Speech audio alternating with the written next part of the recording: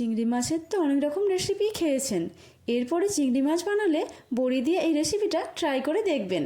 প্রথমে মিক্সিং জারে 2 চামচ সাদা সর্ষে, হাফ চামচ কালো সর্ষে, হাফ চামচ জিরে প্রথমে শুকনো বেটে নিলাম।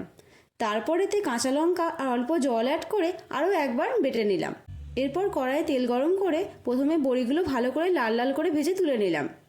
এবার নুন হলুদ মেশানো চিংড়ি মাছগুলো ভালো করে ভেজে নিলাম। তারপর ওই তেলেই কালো জিরে কাঁচা লঙ্কা ফোড়ন দিয়ে টমেটো কুচি দিয়ে দিলাম।